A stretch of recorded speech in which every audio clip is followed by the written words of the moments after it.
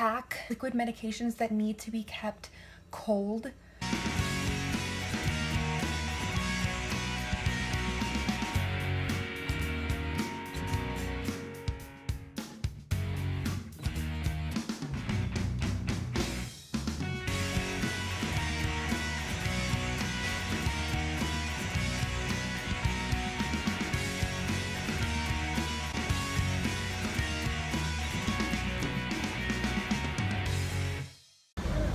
Hey everybody, Anna here. So I am at the Cleveland Clinic.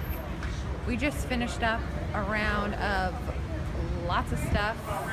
Blood work, EKG, x-ray, doctor's appointment, all the things. And I will update you on details. It is busy here. I will update you on details when I get home. But it went really well. I love my doctor, and so I think we have something that is going to help this situation. So we'll talk to you guys later. Okay, so really fun position over here, but I wanted to show you guys how I personally pack liquid medications that need to be kept cold when I'm going out and about. So for me, the liquid medication that I have is gabapentin. This is an empty bottle, but here you go for demonstration. Gabapentin, which is one of my seizure meds, and that has to be refrigerated. So this is what I've found to be the best. I did plenty of research, and I kind of just went based on the best guess that I could, and I ended up finding this, and it was fantastic, and so I just wanted to share it with you guys. Since I packed it today when I went to Cleveland Clinic, I was just thinking, like, this is the perfect time to share. For my other medications that are liquid, I just draw them up in their syringes and put them like in a, honestly, super duper fancy a Ziploc bag, and I take that with me. They don't need to be refrigerated, so it's not a big deal. You could put it in whatever type of container that you want to take it with. This is the essentially very small specialized refrigerator. So there's a middle insert right here like this that comes out of here, and then I just have my 2 empty syringes from today in there, but there's plenty of space to put extra things, both pockets, so that just sits inside like that. And then on the inside there are these 2 mesh holders here, and then you have the insulation on the sides, and these both are super, they're not hardened now, they're not cold, they lost all their coldness, but these are freezer packs. They get totally frozen, and so then once they're totally frozen and they're in the perfect shape, they come with this whole shebang. Once they're perfectly frozen, you just slide one in each side. This is a little harder to do when they're not frozen, wow. And then you take whatever type of medication you need to keep cold, if your syringes, and then you just put it in there. This always just lays on top. There's no securement. It's really heavy duty. I wasn't sure about the quality, but it's really heavy duty, and I've loved it. I used it traveling when I was in Texas this summer, right? I know, it was crazy. I can't even believe I went, and it was awesome though. But I used it every day. Like, it was fantastic. I will link the link to this. I got it off Amazon. I will link that link in the description of the video. Can you hear me? I feel like you can only hear me. I will link the link to this in the description. I cannot speak, you guys. I'm so zombified.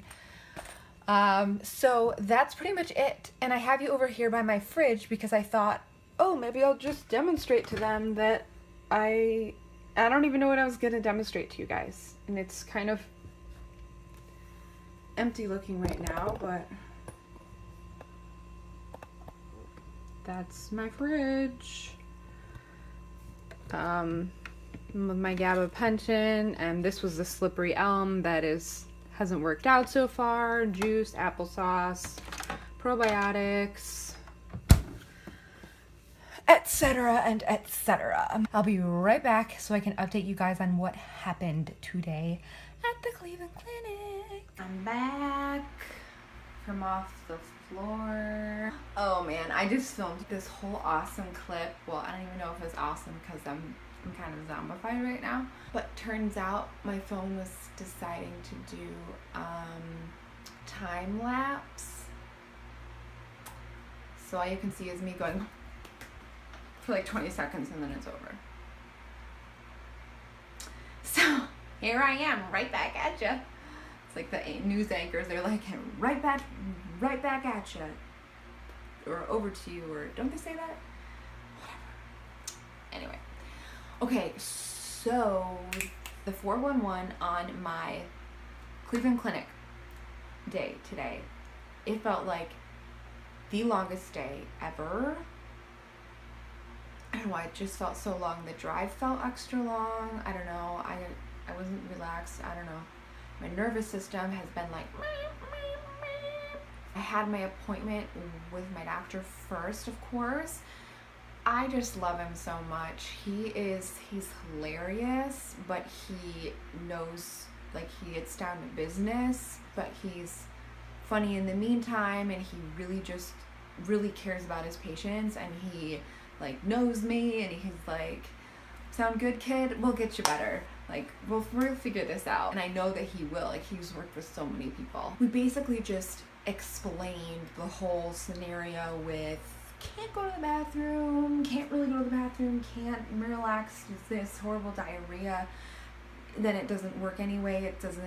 I'm not less bloated, gas is just still there in my stomach, and the scale doesn't say that I weigh any less, and things don't really get better. And we tried slippery elm. He knew what that was. He asked me a few different things, and then based on that, and also a prescription laxative that I had tried maybe 10 months ago from my GI up here in Michigan, that one did not go well. So based on all of that, he was able to pick out the best prescription laxative that I'll be going on twice a day from now on. He's had this happen before, where they do need to add in a laxative, and then it just really helps, and then things are able to get moving. This laxative he really likes. It can help with bloating and pain.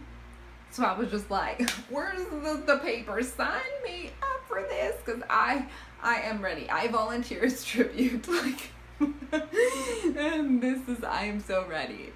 He also mentioned that he had thought me having my J-tube and having the feeds going would help stimulate my colon to get the show on the road, which makes a lot of sense, actually. But we were like, well, I only run it, 10 milliliters an hour. So he's like, yeah, that could probably be why.